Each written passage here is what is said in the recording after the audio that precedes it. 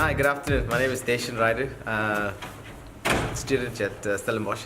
Yeah, so I think basically the challenge of entrepreneurs in South Africa is the inability to obtain funding. There are various agencies, the NAF, CEDA, etc., but it's not that clear-cut and easy. So that was the biggest challenge I faced trying to start up a business. Lost some money in the process. So if that can be resolved, I reckon we'll have a better chance of survival. I think the criteria is too difficult. I think the process is too tedious.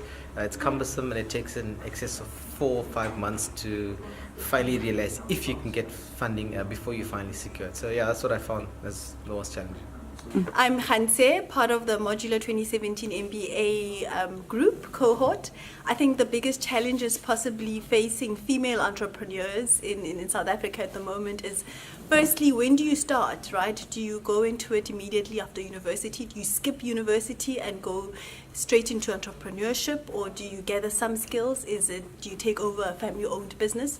And especially when you don't come from a family of entrepreneurs, it seems very risky, and you possibly also don't have financial knowledge to take on this big task. So I think number one, it's knowing when you have an itch and when to go for it, and people just having that conviction to say, I have enough to carry on, because most entrepreneurs will tell you they took a risk and believed in the idea and went with it. So when you have the itch, probably is the right time to go. My name is Christian. I'm an information security professional. I work primarily in Cape Town. I think some of the challenges that South Africa faces, in particular with regards to entrepreneurs, is that we have a very large workforce, especially a younger generation. And I think some of the key issues are that they're not enabled for success. I think access to capital is also a really big issue for them.